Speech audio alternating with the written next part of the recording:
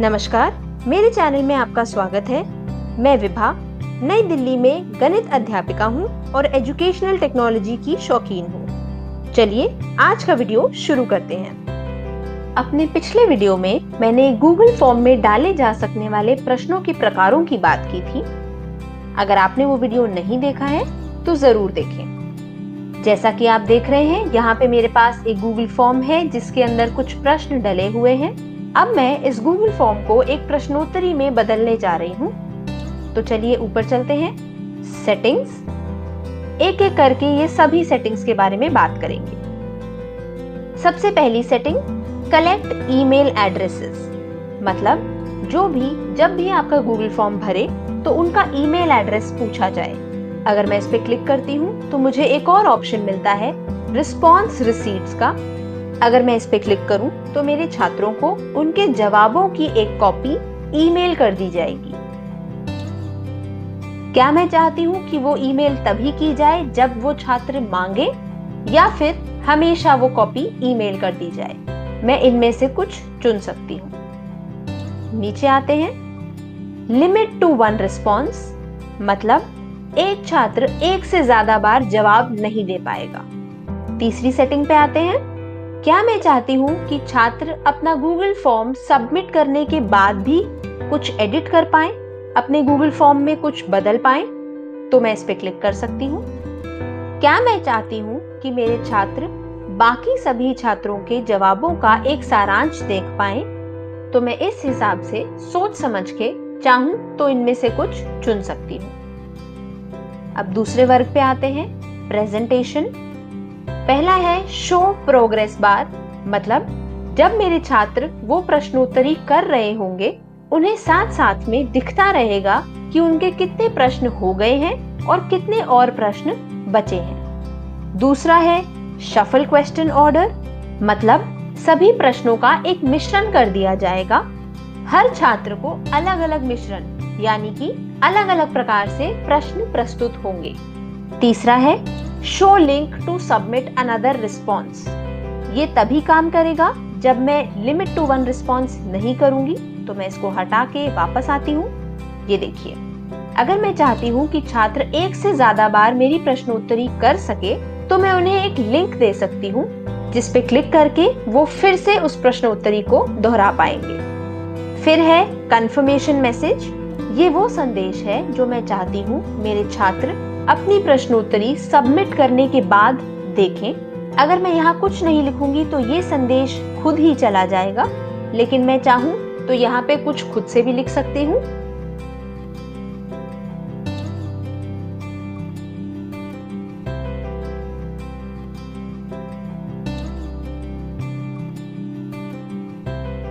मैंने एक संदेश लिख दिया। अब हम अगली सेटिंग पे आते हैं जो सबसे ज्यादा जरूरी सेटिंग है। सबसे पहली, मेक दिस अ क्विज। इसे ऑन करने के बाद ही मेरा गूगल फॉर्म एक प्रश्नोत्तरी में बदला जाएगा। तो ध्यान रखिएगा, क्विज बनाते समय ये ऑन रखना बहुत आवश्यक है। मैं इन सेटिंग्स के बारे में 2 मिनट में बात करूंगी। अभी हम सेव करके आगे बढ़ते हैं। यहाँ देखिए, सबसे ऊपर लिखा आने लग गया टोटल पॉइंट्स 0। मैं नाम और कक्षा को पॉइंट्स नहीं देना चाहती हूँ। ये है प्रश्न जिसे मैं पॉइंट्स देना चाहती हूँ। तो मैंने इस प्रश्न पे क्लिक किया। ये देखिए, सबसे नीचे आंसर की, मैं इस पे क्लिक करूंगी। सबसे पहली चीज, मैं सही आंसर चुनूंगी। ये मैंने सही आंसर चुना। उसके बाद मैंने इस प्रश्न को पॉइंट्स दिए। मैं जितने मर्जी चाहूं पॉइंट्स दे सकती हूं। उसके बाद मेरे पास एक और सुविधा है, ऐड आंसर फीडबैक।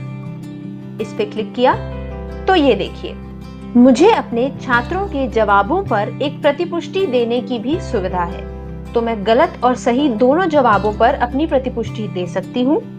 मैं चाहूँ तो यहाँ पर सही जवाब समझा सकती हूँ, या फिर कोई लिंक डाल सकती हूँ, और चाहूँ तो कोई YouTube वीडियो भी डाल सकती हूँ जिससे छात्र को ये प्रश्न समझने में आसानी हो।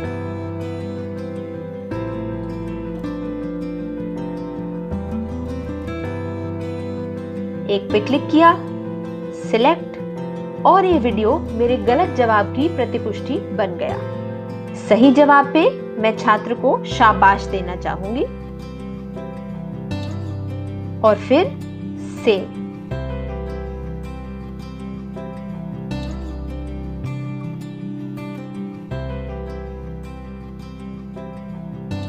करने के बाद डन, और ये मेरा प्रश्न तैयार है। ऊपर देखें तो ये देखिए टोटल पॉइंट्स दिखने लग गए हैं 5। आगे चलते हैं। ये था एक मल्टीपल चॉइस ग्रिड का क्वेश्चन। इसी तरीके से मैं इसको भी अंक दे सकती हूं। आंसर की सही जवाब चुनिए,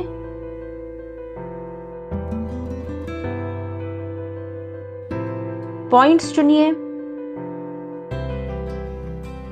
इसमें आंसर फीडबैक यानी प्रतिपुष्टि देने का विकल्प नहीं आता है। हम सिर्फ इतना कर सकते हैं और डन। सही या गलत जवाब की प्रतिपुष्टि देने का विकल्प केवल मल्टीपल चॉइस, ड्रॉप डाउन और चेक बॉक्स प्रकार के प्रश्नों में आता है।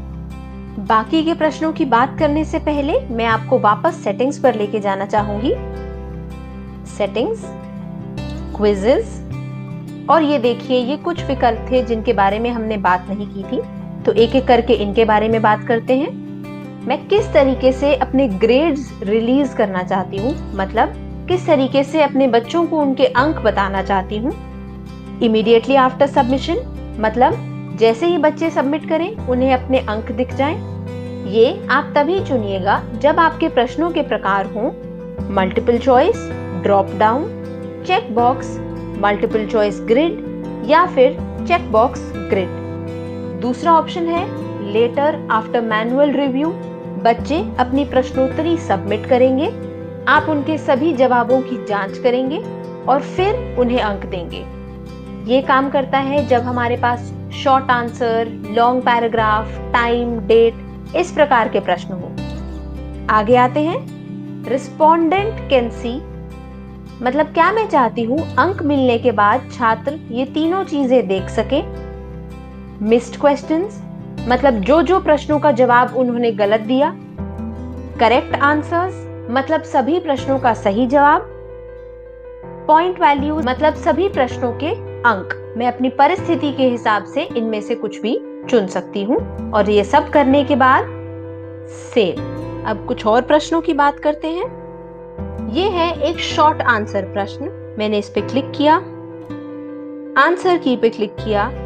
मैं चाहूं तो यहाँ पर एक सही जवाब डाल सकती हूँ, लेकिन याद रहे शॉर्ट आंसर प्रश्न में सही जवाब तभी डालें जब आपको पूरा भरोसा हो कि इस प्रश्न का केवल ये जवाब है और ये केवल इस प्रकार से लिखा जा सकता है।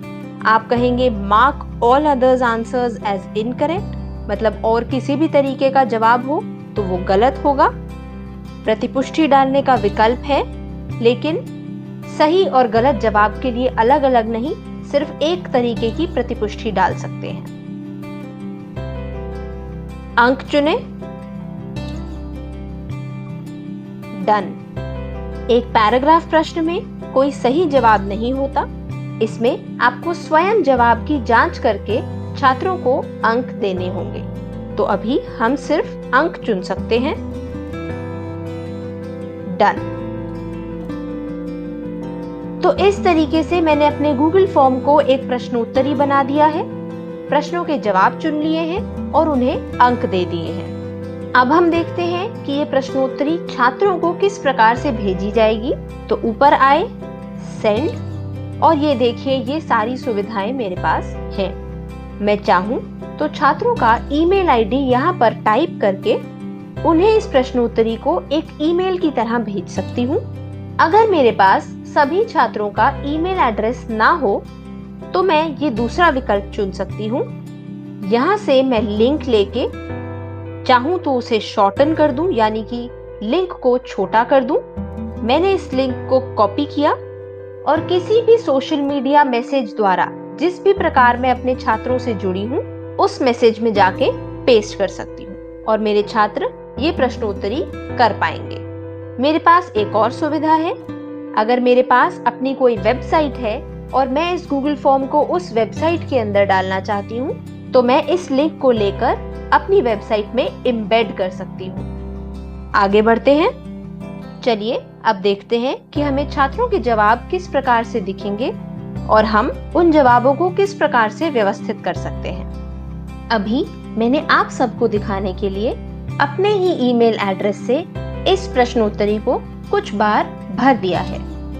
तो यहाँ अगर आप देख रहे हैं तो रिस्पॉन्सेस मतलब जवाब यहाँ दिखने लग गए हैं 5। तो हम इस पे क्लिक करते हैं और ये रहा हमारी प्रश्नोत्तरी के जवाबों का सारांश। तो अगर आप देखें, मैं थोड़ा नीचे चलती हूँ। मेरे छात्रों ने जो जो जवाब दिए हैं वो सभी मुझे यहाँ पर प्रस्तुत किए गए हैं। मैं अपने छात्रों द्वारा दिए गए जवाबों का एक बहुत ही आसानी से समझे जा सकने वाला सारांश देख पा रही हूँ। ये देखिए, हर प्रश्न का अलग अलग सारांश दिया गया है। वापस चलते हैं। अगला विकल्प क्वेश्चन यानी कि प्रश्न। मैं प्रश्न के अनुसार देख सकती हूँ कि किसी एक प्रश्न में मेरे छात्रों ने कैसे जवाब दिए हैं। तो ये देखिए, मैंने प्रश्न चुना और मुझे दिख रहा है कि सभी बच्चों ने सही जवाब दिया है। मैं इसी तरीके से कोई भी प्रश्न चुन के उनके जवाब देख सकती हूँ।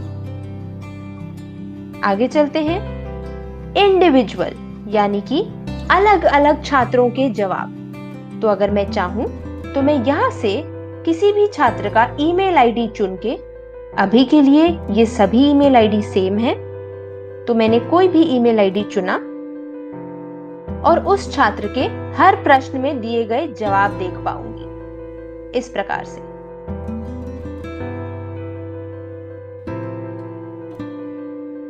अब यहाँ पे कुछ और सेटिंग्स की बात करते हैं। यहाँ से मैं इस छात्र के जवाब का प्रिंट निकाल सकती हूँ और यहाँ से इस जवाब को डिलीट कर सकती हूँ। ये है एक्सेप्टिंग रिस्पॉन्सेज, यानी कि अभी ये गूगल फॉर्म जवाब ले रहा है। अगर मैं इसको ऑफ कर दूं तो ये देखिएगा, नॉट एक्सेप्टिंग रिस्पॉन्सेज। इसका मतलब है कि अब अगर कोई मेरा छात्र इस प्रश्नोत्तरी को करने की कोशिश करे तो वो इस प्रश्नोत्तरी को, इस गूगल फॉर्म को खोल ही नहीं पाएगा। इधर आते हैं इन 3 बिंदुओं पे। सबसे पहला है gate email notifications for new responses. मतलब क्या आप चाहते हैं कि जब भी कोई भी छात्र जवाब दे तो आपको एक ईमेल आ जाए, तो आप इसको चुन सकते हैं। Select response destination. इसका मतलब है कि आप क्या चाहते हैं कि आपके रिस्पॉन्सेज यानी कि आपके गूगल फॉर्म के जवाब कहाँ सेव किए जाएं। यहाँ पे क्लिक किया, ये देखिएगा, मैं एक स्प्रेडशीट यानी कि एक गूगल शीट के रूप में अपने रिस्पॉन्सेज, अपने जवाबों को सेव कर सकती हूँ। मैं अभी क्रिएट न्यू स्प्रेडशीट करूंगी, क्रिएट, और ये देखिए मेरा गूगल फॉर्म एक स्प्रेडशीट से लिंक हो गया है। वापस आते हैं। यहाँ से चाहूं तो अनलिंक कर सकती हूँ। इधर से मैं अपने सभी जवाबों को डाउनलोड करके रख सकती हूँ। यहाँ से सभी जवाबों का प्रिंट निकाल सकती हूँ और यहाँ से सभी जवाबों को डिलीट कर सकती हूँ। अब मैं इस हरे बटन पे आती हूँ। ये है गूगल शीट्स का चिन्ह, तो मैंने इस पे क्लिक किया और ये देखिए, मैंने जिस गूगल शीट को इस गूगल फॉर्म के साथ लिंक किया था, उसी गूगल शीट में मुझे मेरे सारे जवाब एक व्यवस्थित तौर पर दिख रहे हैं। सबसे पहला है टाइम स्टैम्प। मुझे यहाँ पर यह दिख रहा है कि किस छात्र ने किस समय इस प्रश्नोत्तरी को किया था। यहाँ है ईमेल एड्रेस, यहाँ है स्कोर, मतलब कितने अंक आए हैं, नाम, कक्षा।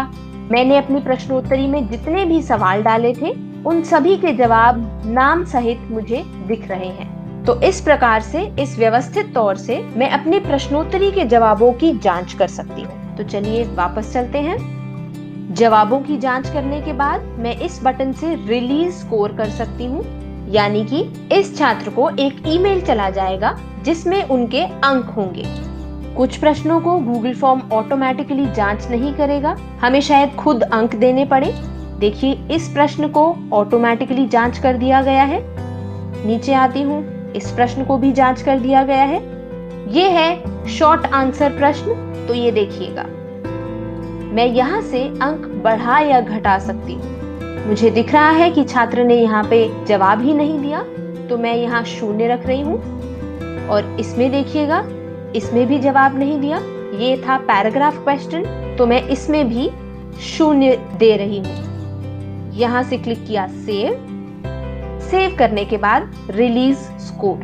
वापस समरी पे आते हैं। इस प्रकार के सभी प्रश्नों की जांच करने के बाद मैं सारे छात्रों के स्कोर्स यानी कि सारे छात्रों के अंक एक ही बार में वापस कर सकती हूँ। ये देखिए, इस बटन से सारे छात्रों को एक ही बार में उनके अंक भेज दिए जाएंगे। सभी छात्रों को एक ईमेल मिलेगा। तो हम आज के वीडियो के अंत पे आ गए हैं। ये वीडियो मेरी श्रृंखला गूगल फॉर्म से प्रश्नोत्तरी कैसे बनाए का तीसरा भाग था। मेरा अगला वीडियो अवश्य देखिएगा, जिसमें मैं कुछ युक्तियों और तरीकों की बात करूंगी, जिनकी मदद से हम अपनी गूगल फॉर्म प्रश्नोत्तरी को बेहतर बना सकते हैं। आशा करती हूँ आपको कुछ सहायता मिली होगी। नमस्ते।